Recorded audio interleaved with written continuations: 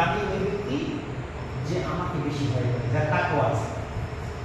তাহলে আপনারা জামাত ইসলাম করি, আমাদের মধ্যে যদি তাকওয়া না থাকে, বলেন তো আল্লাহর ভয় যদি না থাকে, তাহলে কি ইসলাম করি বলেন? আল্লাহর কাছে কি জবাবটা দিন বলেন? খালি আগে এখানে বলে নেতাগিরি করলে কি আল্লাহ সেটা আল্লাহর কাছে গ্রহণ করবে? আমি একজন নেতা জামাতে, আমি এখানে এটা বললে কোনো ছাড় নাই। মর্যাদা চূড়ান্ত হবে তাকওয়ার উপরে। আমি কি করছি না করছি আল্লাহর কাছে হিসাব আছে। আপনি কি মনে মনে ভাবতেছেন তাও আল্লাহ জানে।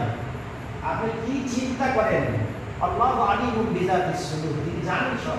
দেখেন আবার আল্লাহ এও বলছেন রব্বুকুম আ'লামু বিমা ফি নুফুসিকুম, তুমি মনে মনে কি চিন্তা করো তাও আমি জানি। সুবহানাল্লাহ।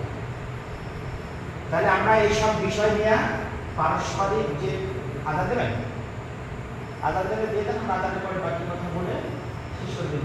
না আদানের পরে দেবেন কোনটা করবেন?